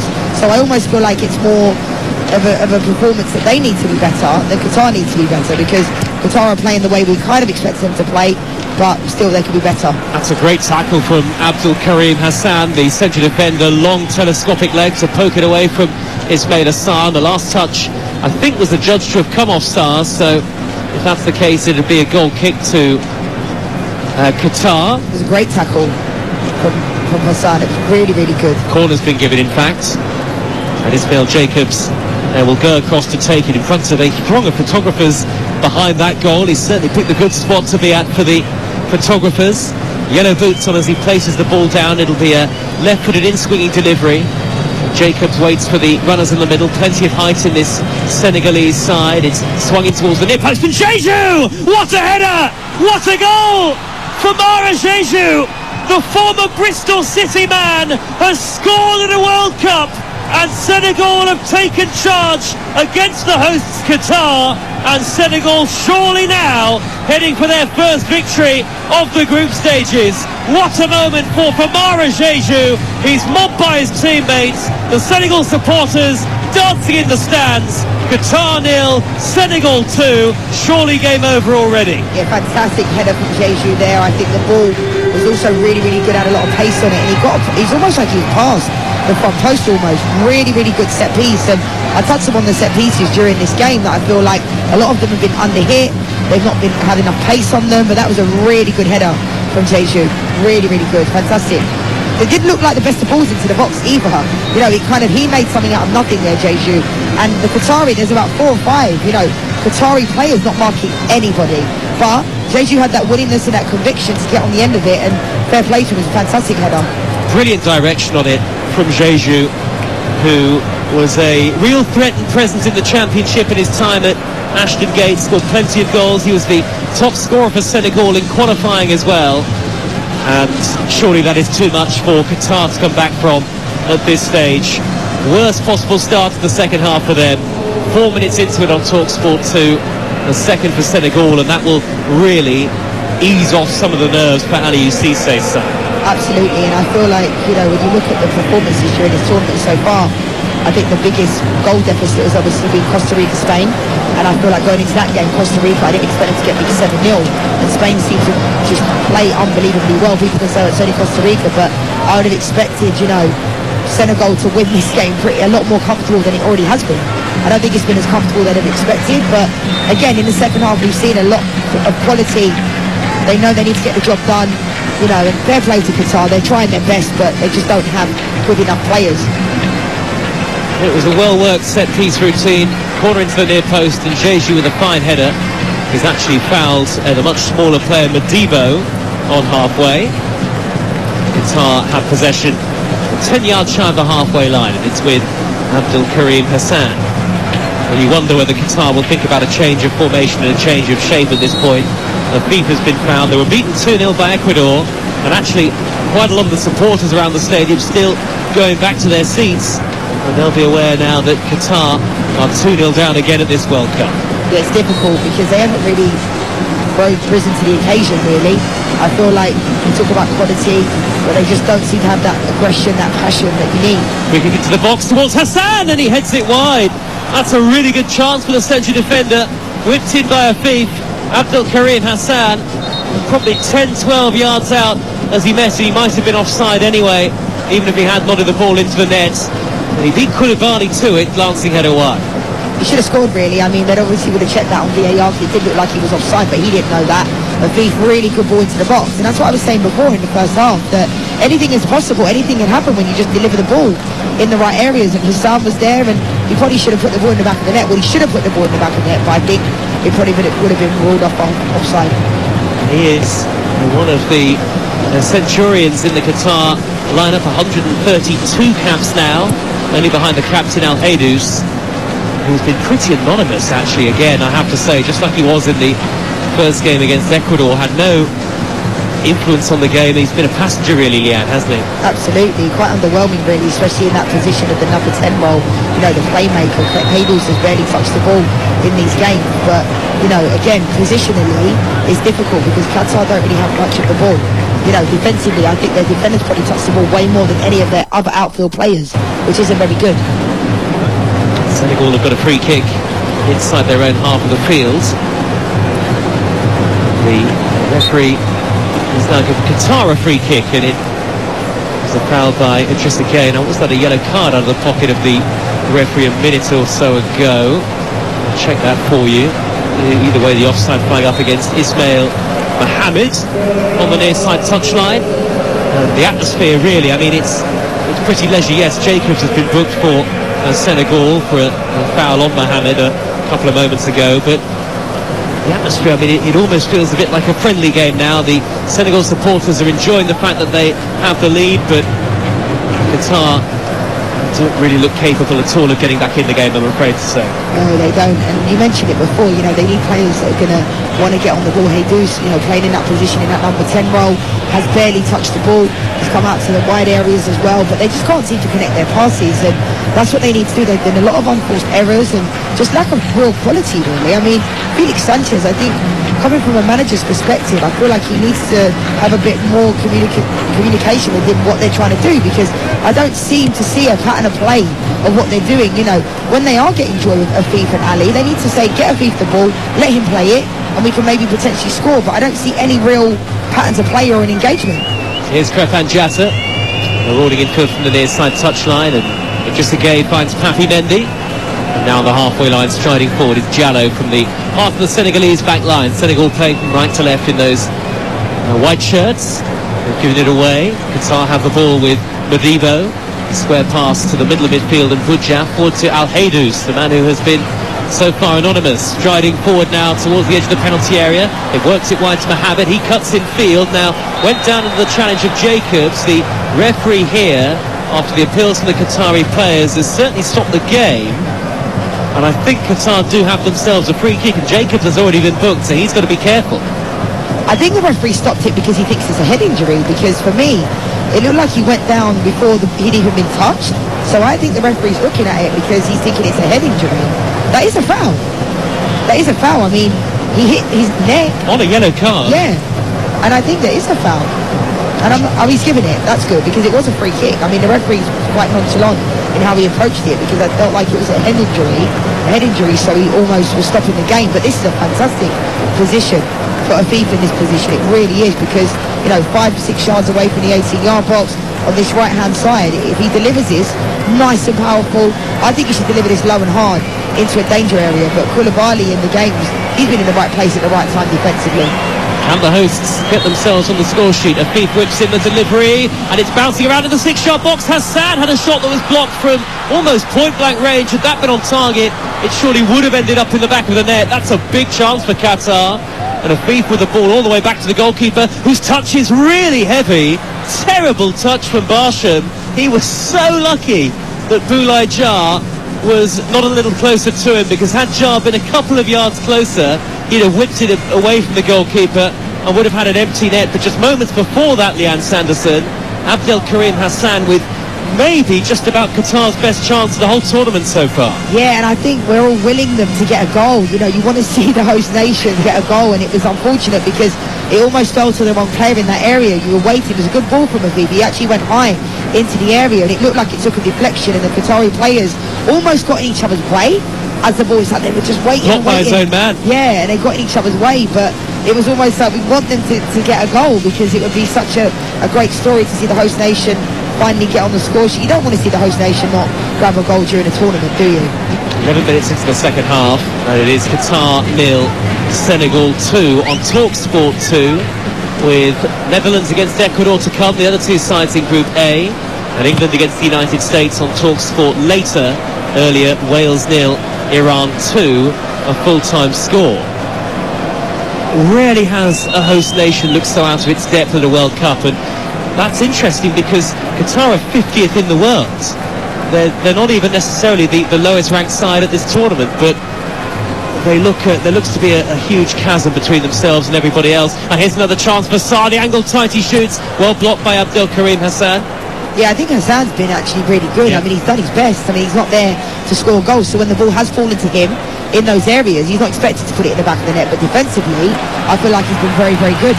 They've got men over on the break here, Qatar. A feed through the middle towards Al Haydous, and it was well intercepted by a retreating Abdou Diallo. The ball had evaded the slide of Koulibaly, and Senegal regained possession, and they will be keen to keep a clean sheet. Of course, who knows whether goal difference may yet prove important as the group stage reaches its conclusion. Senegal will play Ecuador on November the 29th in their final group game, which is a match that you can hear live on the TalkSport network, of course. And Senegal, remember, have never lost when scoring first in a World Cup.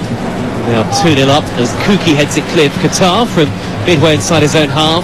It's picked up by Jar, number 9, with the yellow boots on, back to the halfway line, and Abdou Diallo. Since you mentioned Jesus, it seems like he stepped up his game a little bit because he was completely non-existent, and now he's just started to make runs and getting into good areas. And I think he's been Qatar's bright spark. I really do. I feel for him because he's running around, getting on the ball. But Jesus has made some runs recently that have been quite good. Crefan Jatta, called to the penalty area, now driving in field. He thought about curling an effort goal. It's Qatar, plenty of those claret shirts back behind the ball in front of a stadium that is probably 2/3 full. In truth, the Al Thumama, I can see empty green seats on the far side in the distance as Senegal come forward. It's a crossing towards Jesus again, and it's blocked off by Kuki, and the goalkeeper comes across to prevent the corner. And for Mara Jesus, who has got that World Cup goal, the first in his career, the former Bristol City man, looking for a second with a neat run into the penalty area. He was one of the players brought in today, in fact in the absence of the injured Shekou Kouyaté.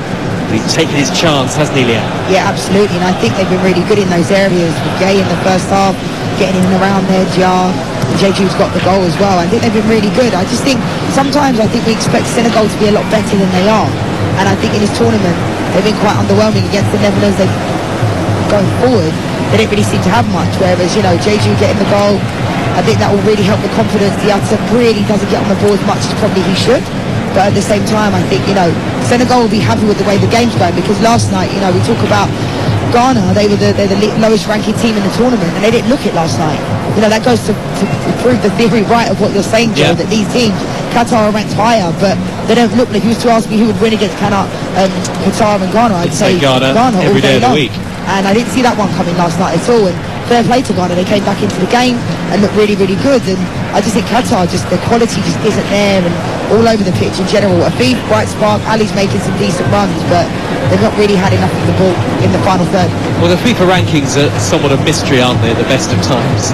I think it's fair to say.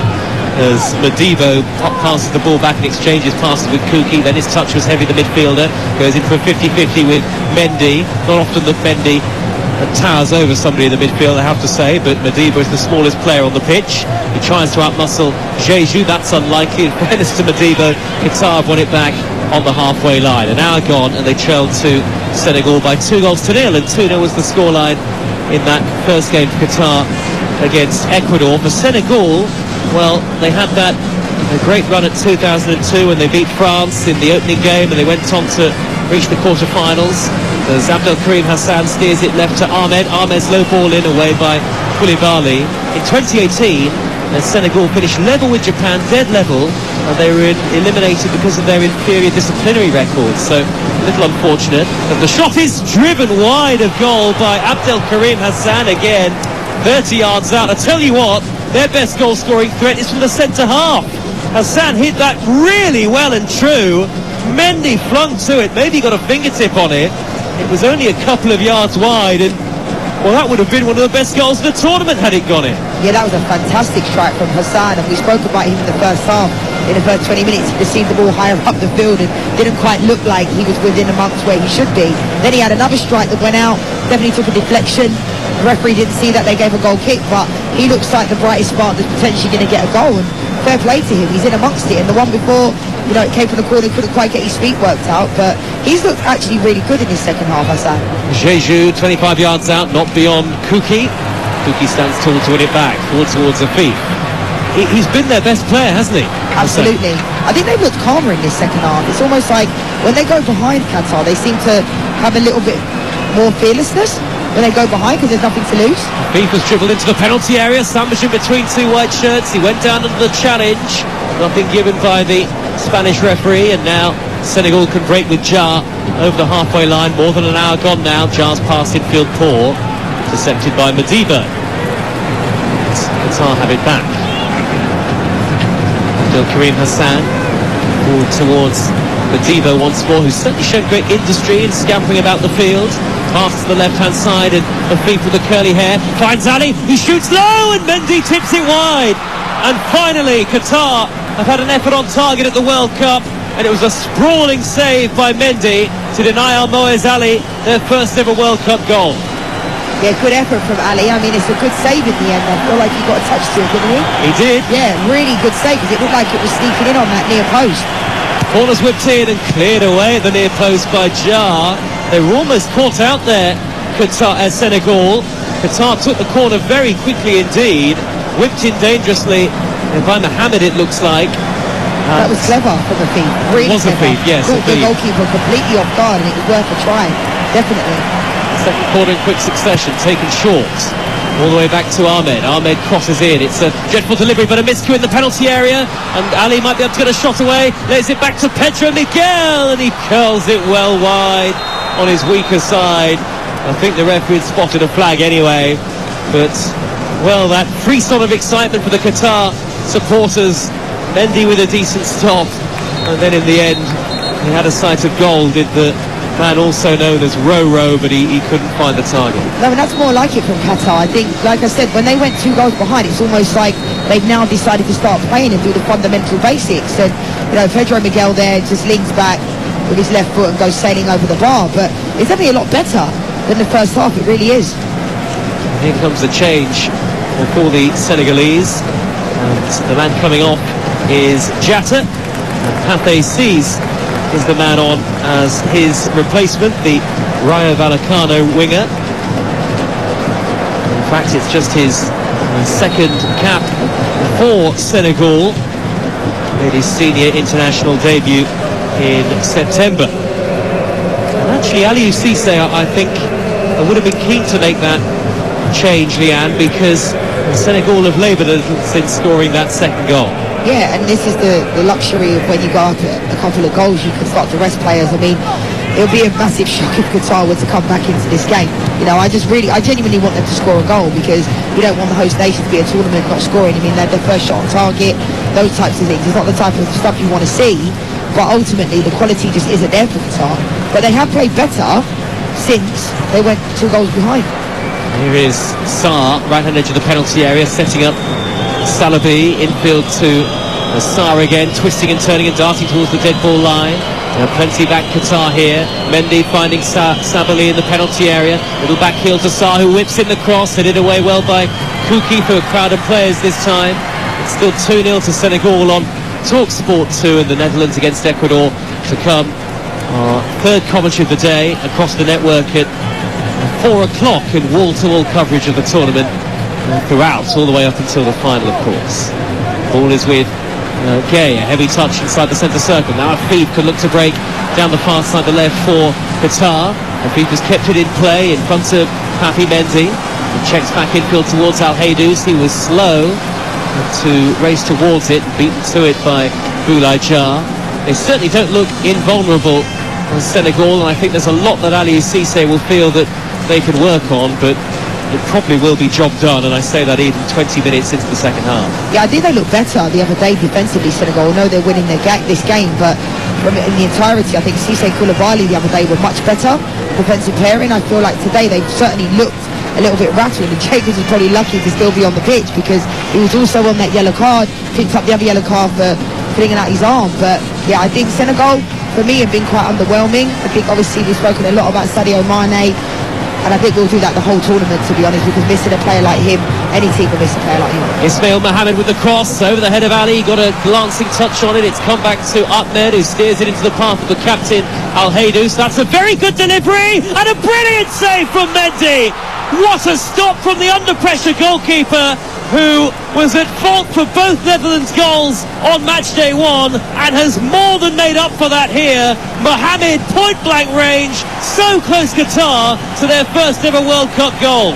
Absolutely brilliant save from Edouard Mendy. I mean, I've been critical of him during his tournament, but that's absolutely brilliant. Al Haydous delivers. Hassan was up, headed away by Koulibaly, back in by Pedro Miguel, nodded down towards Ali again, and Koulibaly gets across, and finally Qatar appeared to have joined the World Cup party. Absolutely, and how Mohamed's not put that in the back of net, I don't know, but I think it has to go down as a brilliant save. That's an unbelievable save, right? Yeah, he doesn't catch it truly, to be fair, but that's a brilliant save, taking nothing away from that. He was at fault for both goals the other day against the Netherlands, and I think he's had a really good game tonight. He's not really been called upon that much, but when he has been, That's point blank, you're right, Joe, and it should have been a goal, but fantastic save from Mendy. Credit where credit's due. It's actually come off Mohamed's knee, but at terrific pace. Al-Hadis with another right-footed delivery, headed away, thumped away by Pape Cis this time. It's come back out to Mohamed, who so nearly scored. It's his deep cross and glanced away by Koulibaly with the red boots on again. We're midway into the second half, and Qatar are finally putting up a fight, even though they're 2-0 down, and if they lose today, they'll be virtually eliminated. Not officially, but virtually. But Mendy has pulled off the contender as the ball goes out of play for a Senegal throw, but an early contender for save of the tournament because it was at such close range and it came at him at such speed, and he's been backed by Aliou Cissé in the build-up to this game and has shown why. Yeah, I agree with you, Joe. I think that is the save of the tournament, or one of them that we've seen so far. But I think it's interesting because Qatar are showing what they should have shown in the first half on the front foot, putting together some passes, most basic stuff, just load the box. You know, I spoke about the free kick they got in the first half. They did a short free kick and then it ended up being lost. The opportunity was gone. Just anything can happen. And I feel like Senegal at the back, Koulibaly's had a decent game today, he played well the other day. But anything can happen when you put the ball in the box, in the danger areas. And I feel like on set pieces, Qatar just haven't made the most of the opportunities because they're under-hitting a lot of their corners and free kicks. But again, this game looks like a formality now, and Senegal will probably score again. Okay, so the chance for Papi Mendy. The angle's tight, but he curls the shot over the top. He wants a corner. I don't think the referee believes it took a deflection, although I think it did off Kuki, and that is the third time the referee's not spotted a deflection that's gone behind for a corner. That one was probably the most difficult one, Joe, but the other two, like all three of them, were deflection were like, it's incredible really, and you know, they almost went down the other end and scored when they didn't give they didn't see the deflection, and that would be really difficult. When you can see the goal, when a referee's made a basic error, that could be quite difficult. So yeah, it was definitely went out. It should have gone out for a corner. Antonio Mateo Lahoche is the Spanish referee. An inconsistent performance from him, and actually inconsistent so far for Senegal. Qatar have made a change. Boudjaf's gone off, and Abdelaziz Hatem, who played 90 minutes on match day 1, has come onto the field. It's still Qatar 0, Senegal 2, but Qatar have gone close twice, particularly on the second occasion, really close to scoring their first goal at the tournament that they are hosting. Mohamed driving in field and playing the pass to the edge of the penalty area, flicked by Ahmed. Mohamed is sprinted across to try and make the most impossible 1-2, and Edouard Mendy again hurling off his line to make the catch. Mendy desperately wants a clean sheet. He hasn't kept a clean sheet, Edouard Mendy, since August. He was playing for Chelsea, and it remains to be seen, but you would think he's lost his place as number 1 to Kepa Arrizabalaga back home, who has been kept in post though by Aliou Cissé, and that comment that the head coach made in the build-up to this game about blind faith in the goalkeeper, and you've seen why there aren't many goalkeepers who could make the save that he made a few minutes ago. Savali in field with the pass for Senegal, edge of the penalty area towards Jar. There's it back now to Papi Mendy, cross field, and a sort of karate kick attempt to control the ball from Jacobs. It was behind him. He stuck one leg up into the air and he could do nothing to prevent it going out of play. Senegal will have to improve, Leanne, though, there's no question. Absolutely. I mean, it's great to see the fans are loving it and enjoying it, the Senegalese fans, but absolutely, I mean, at the end of the day, they're going to win this game pretty comfortably, but performance-wise, you know, against better teams, I think it'll be quite difficult. I worry for Qatar against the Netherlands. I think that game will be pretty difficult for them, but I think, you know, Senegal have been quite underwhelming. Qatar, they seem to play better when they go behind. They at least seem to have a little bit more energy, a little bit more fight, and maybe when, you know, there's nothing to lose, they seem to have that mentality. So for me, I feel like Felix Sanchez needs to kind of get them playing like this when it's 0-0 at the beginning of the game. Because what they seem to do is they seem to sit back, invite pressure on, and against the better teams, they will hurt you. They're just very fortunate that Senegal haven't had, you know, a lot of final third play, and they haven't really created a lot of opportunities.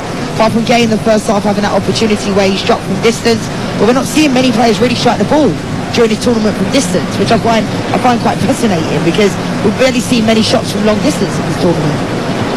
Double change on the way for Senegal very shortly, and before that they have a free kick to defend. Left wing position, far side, and Afif is standing over it, the man with the very distinctive curly hair, whipped in high to the far post, hit back across goal by Kuki, and it took a deflection off Jacobs and goes behind for another Qatar corner. Qatar are getting closer and closer, and actually, well, it hit his own man, Pedro Miguel, and then took a deflection. Well, it should be a goal kick. Again, the referee has got that one wrong. That was quite strange, really, but again, good ball from a feet, pulled it to the far post, and Kuki have been quite critical of him during this game defensively, but they look like they're getting closer. Attempt to deliver high to the far post, and it was up towards Pedro Miguel, who has collided with Jacobs, and that's a foul. It will be a free kick to Senegal, and there's concern because it was a clash of heads, I think, and quite rightly the referee stops the game. They've got two players stripped and ready to go in those white shirts with the flag of Senegal on the fronts of them, the green and red and the yellow. And the hosts are going to make a substitution as well very shortly, but first Bamba Dieng, who came on in the opening game, is going to replace one of the goal scorers for Mara Jeju.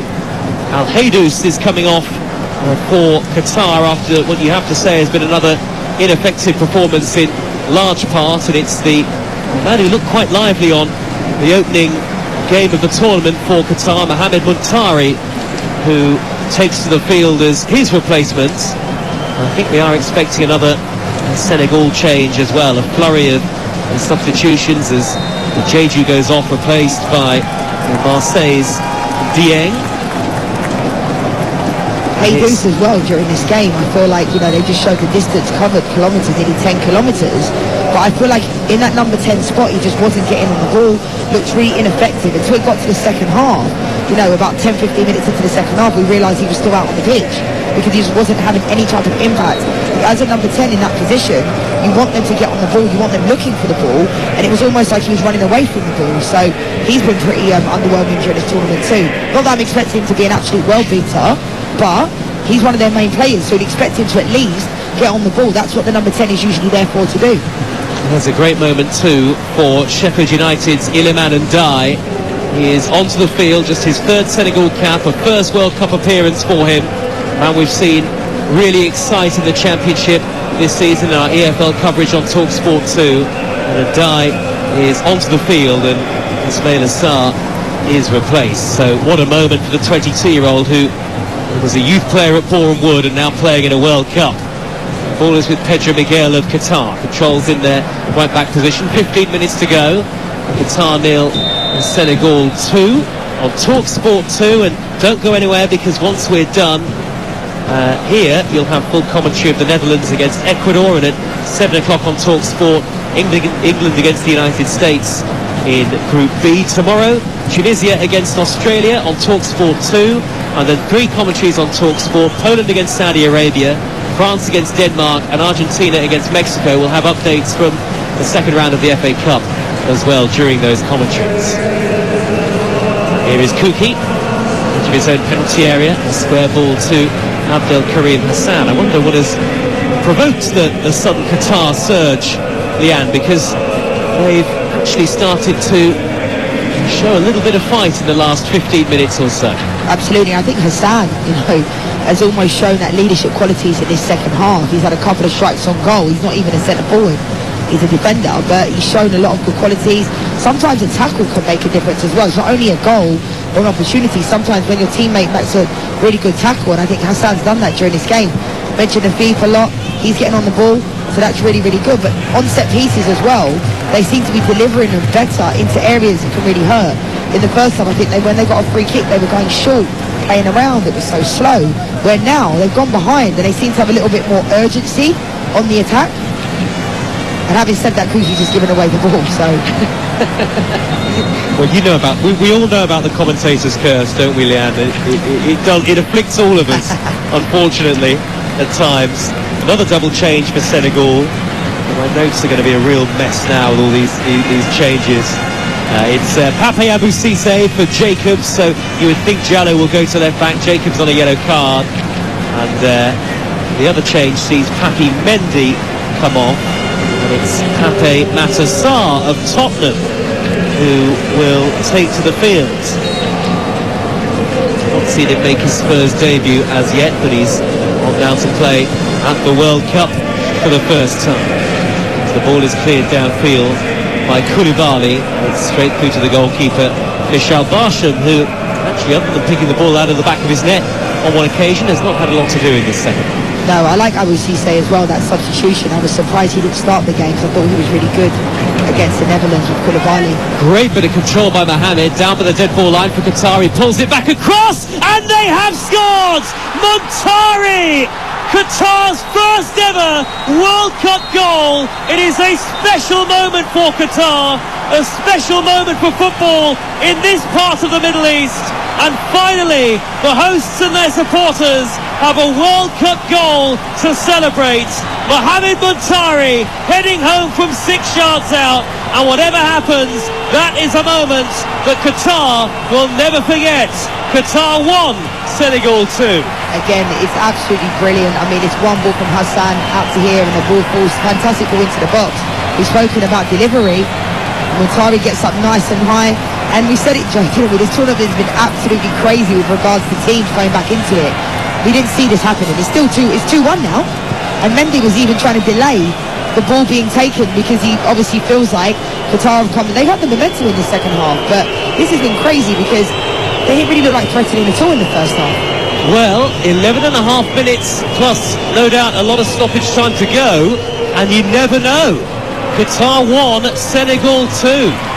It's taken them a game and a half to get going, but Qatar, and that's a back header from Kuki that, I tell you what, if that had been heading towards on target, it would have gone in for a crazy own goal, and in the event, it spun off his head. I don't think he even knew where the ball was, and rolled behind for a corner to Senegal, and that would have been a nightmare moment for him, because the goalkeeper wasn't getting there. No, but it wouldn't have surprised me because Kuki for the first goal as well, you know, he was complaining, saying he couldn't hear anything, he just needed to clear the ball. And he didn't do that, so it wouldn't have surprised me with Barsham. Put a low into the near post by Pape Matar, and stretching to try and reach it was Dieng. He's gone behind for another Senegal corner. He was only on the field for 4 minutes and 1 second, Montari, before heading home that goal that has got Qatar back into the match and has provided them with their moments of history under the lights of the Al Thumama Stadium, one of the stadiums that has been built specifically for this tournament. Pape Matar with the corner to the far post, back in by Koulibaly, and cleared in front of the goal line by Qatar. Sabali has it on the far side touchline through the legs of Afif. They're in a bit of a wrestling match, and Iliman Ndiaye takes up possession of Sheffield United in Senegal, and then the referee has pulled the play back, I think, for that initial foul by Afif. That was an advantage that came to nothing, and it will be a free kick to Senegal on the far side there, right, but they look a little bit rocked here with less than 10 minutes to go. They're 2-1 up. Absolutely, I like this piece of play from Sabali, really creative. Nutmegs, my favourite player for Qatar, Afif, but yeah, definitely, I don't think anybody would have seen this coming. We've seen this tournament so far. When you don't take your chances, and when you are the better team, the other teams that are the underdog will come back and bite you, but, you know, when anything can happen at this moment in time, we talk about impact stuff. When Felix Sanchez has been on the field of play, Montari for minimal minutes, and gets his head on the ball, and now everything's changed. I think Matar will drive in this free kick high into the penalty area. The heads go up, and it is spun towards the dead ball line, well wide of goal. Boulaye Dia was jumping, the man who scored the first goal of the game in the first period, and it's gone out to play for a goal kick to Qatar, which they will take. And Qatar have belief. Can they snatch what would be an extraordinary and unlikely point, their first ever point in a World Cup? Diagonal ball from Hassan, and Mendy's come out to the left-hand edge of his penalty area to claim it, the bouncing ball. And Ismail Mohamed, who set up the goal, not just with a great cross, Leanne, but a great piece of control in the build-up, suddenly looks a real outlet. Absolutely, and I think things have changed. The momentum has completely changed in this game. I think in the second half, they seem to be better, Qatar. They seem to be on the front foot. They were so deep defending in the first half, it was just inviting pressure on them. Senegal just don't have a lot of quality in the final third, so Qatar now look fearless. I think Mohamed's been doing really well in this game, really good, and obviously that save from Mendy was also sensational as well. I think that's a highlight of the game so far, but as we've seen, the 2-0 scoreline, they say it's the worst scoreline in football, don't they? Because then they get one goal and then the momentum completely changes. But I don't think anybody would have seen this coming. I don't think we did, because it looked like Qatar in the first half were very, very poor. They played similarly to how they did against Ecuador. Didn't really look like they had any passion. We know they don't have the same quality as the other teams at the World Cup, but they played far better in the Arab Cup last year when I saw them play. So definitely they're going to look to see this game out, Senegal, but I'm sure they didn't expect to be holding on against Qatar. That's another couple of changes. Mohamed Wade and Tariq Salman have both come on. It's Pedro Miguel and the fullback Homan Ahmed who have both gone off. And Aliou Cisse looks a really concerned man, the former Birmingham and Portsmouth player who manages Senegal. He was part of the squad in 2002, and a real sense of jeopardy still in this game. It's 7 minutes plus stoppage time to go. It's Qatar 1, Senegal 2. Great run from Iliman Ndiaye down the right, gets it back from Pape Matar, and Ndiaye for Dieng! He scores! That will do it! Make no mistake, Senegal are going to win it now. Bamba Dieng off the bench. It owed a heck of a lot in the build-up to the work of Sheffield United's Iliman Ndiaye, and Qatar's hopes of a comeback ultimately short-lived. A clinical finish from Bamba Dieng, and it is Senegalese joy at the Al Thimama Stadium. Qatar 1, Senegal 3, and that is surely the end of the story. Really good play down this right-hand side from Ndiaye. Finds a substitute as well, and it's a fantastic finish in the end from Bamba Dieng. Really, really good finish. I mean, look at this. It's really, really good. One touch. But again, Qatar switch off. Similar to the second goal, it's almost like there's so many defenders, but they have no idea where the Senegalese players are. But it's a good finish in the end. It looks like it takes a slight deflection off of Kuki as well. I have to see it again, but potentially maybe blindsided the goalkeeper, Barsham. But fair play to Senegal, because it looked like, Felix Sanchez is looking now as if to say, we looked like we were getting back into this game. And I feel for Qatar, because they've at least give it a good go in the second half. Teams that don't even try and compete like they were in the first half, I can't make excuses for them. But in this second half, I feel like they've actually tried to give it a good go, and I think the substitutions made a massive difference. And talking of substitutes, I think we're going to probably get about, we've still got 5 minutes to go. We're going to get about 10 minutes Brace at the end of the game. Yeah. I know. We almost do a sweepstake for the amount of injury time in these matches now. But Dieng has scored. Now, we saw Dieng come off the bench against the Netherlands and look quite lively, and he's got his goal. And brilliant footwork, fleet-footed Iliman Ndiaye coming off the bench, the Sheffield United player, to set that up for him. And you're right, it did take a glancing touch off Kuki, didn't it, on his way past the goalkeeper. But there's no way back for Qatar now. 3-1 down the hosts. Aliou Cisse's team are going to need to be a lot better against Ecuador. And we've got the Netherlands against Ecuador coming up on TalkSport 2 relatively shortly. And we'll be able to listen to that with Ian Danter and the former England striker Dean Ashton. So that gets underway, in about an hour and 10 minutes or so. And once that's done, we are off to watch England against the United States in Group B on TalkSport as the wall-to-wall coverage of this World Cup goes on. Less than 5 minutes of normal time to go. It's on the halfway line with Madibo. Back to Kuki. Madibo again. Kuki again, just shy of the halfway line. Torrid time Kuki has endured at this World Cup so far. A little pass to a feed from Mohamed Wade, the sub who had just come on. Wade and Salman for Pedro Miguel and Ahmed.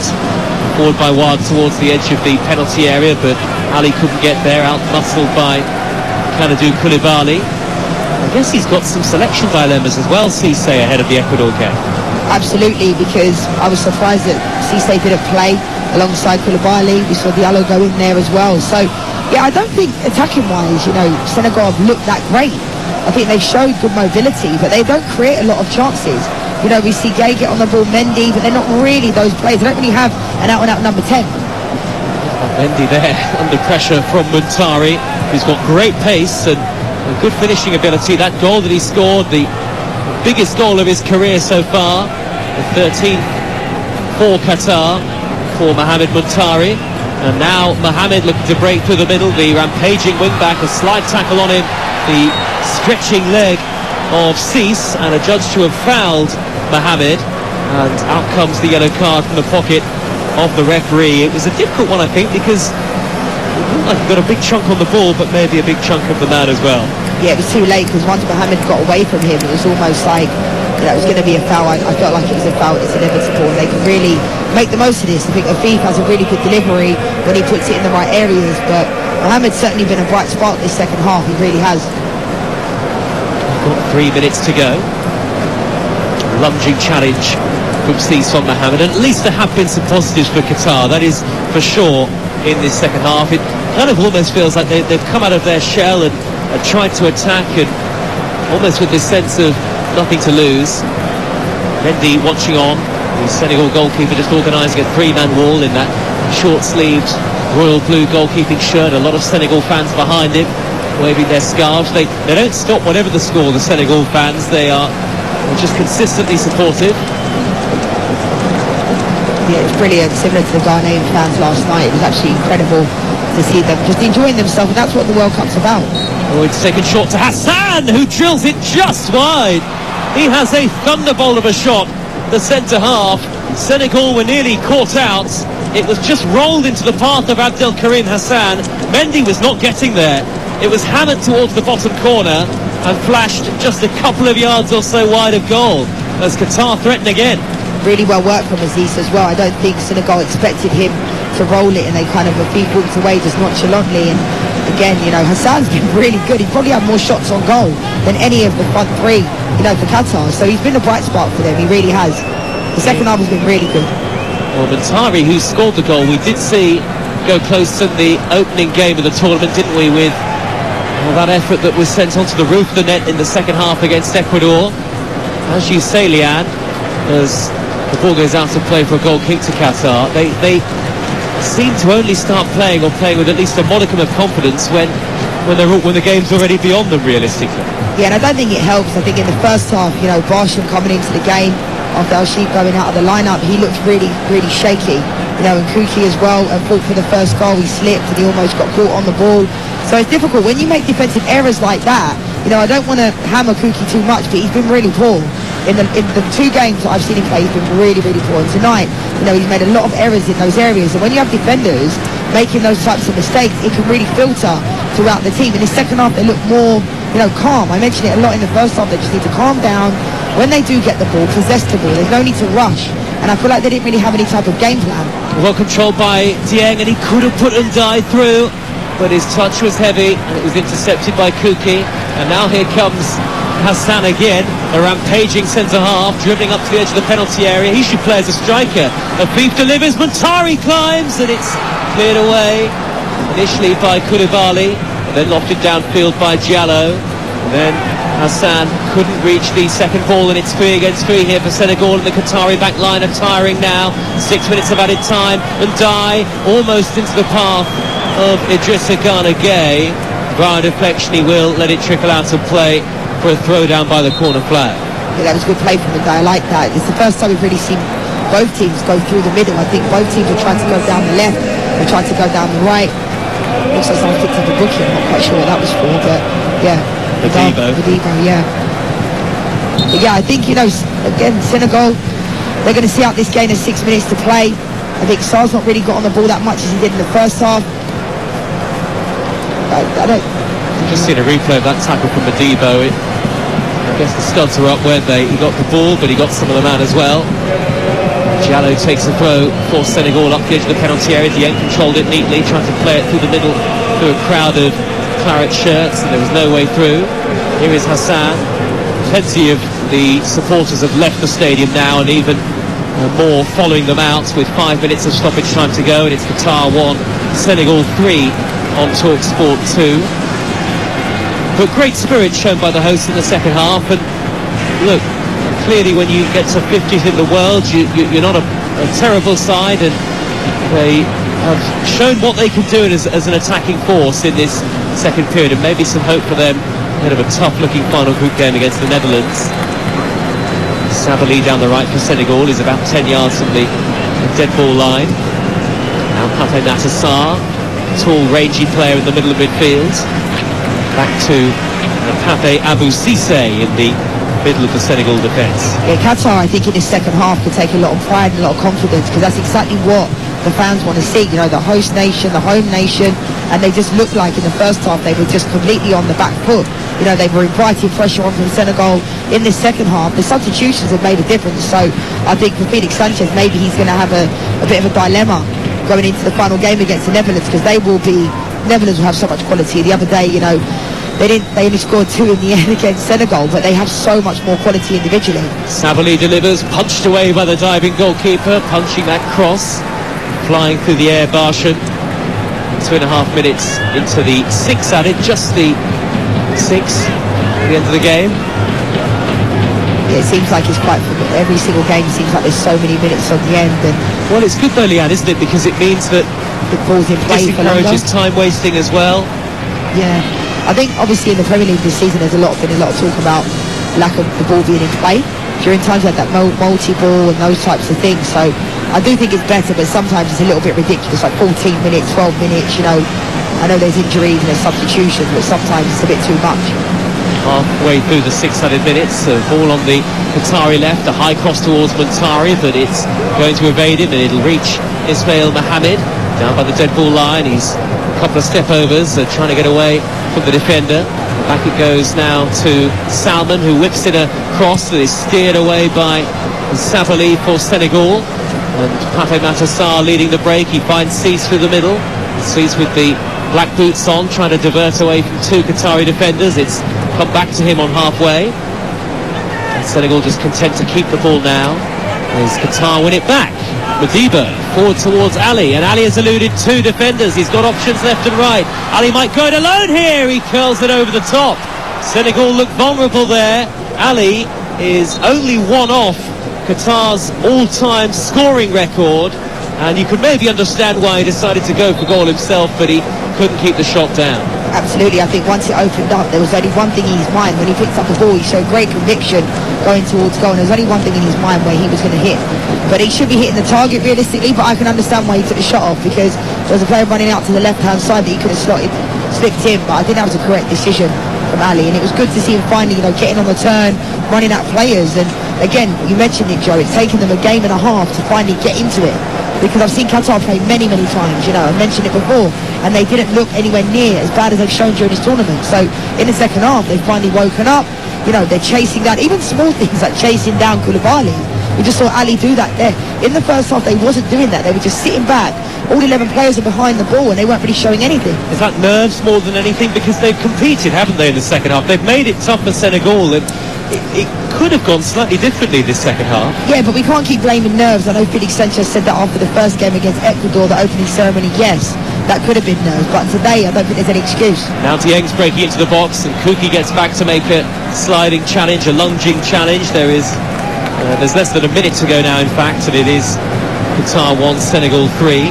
The Senegal fans are dancing rhythmically in the stands, and it's not just the drum, they've got all sorts of musical instruments. Qatar will have to defend a corner here. Actually, 3-1 is maybe about right, but it doesn't deserve to be any more than that for Qatar on the balance of the second half, because they've created chances themselves, and were it not for Edouard Mendy, it could have been a different scoreline. You never know. Absolutely. It's quite strange as well, because as we said about Costa Rica getting beat 7-0 by Spain, you know, Qatar have not been, even though I don't think they played anywhere near the standard of what they could play and what people expected them to play like, both games haven't been like, you know, 6-7-0 each game. Yeah. You know, both 2-0, that's a good result. 3-1, you know, not a good result, but you know what I mean. Well, that is the full-time whistle, and Qatar are staring elimination from the World Cup in the face. It's not mathematically confirmed yet, but it is 2 defeats from 2 for the hosts, who become only the 5th host country in World Cup history to lose back-to-back matches at the World Cup, and the first to lose their opening 2 group stage games. They did show some fighting spirit, and they got their moment of history through Mohamed Muntari, their first ever goal at a World Cup with 12 minutes to go, but by that time Senegal were already 2 to the good. Boulaye Dia at the latter portion of the first half with the opener, Famara Jeju right at the start of the second, and Bamba Dieng off the bench to make the points safe late on. A big win for Senegal. They're first of the group stages. It gives them a good chance of making the knockouts potentially. Qatar beaten here on TalkSport 2. Qatar 1, Senegal 3, the final score.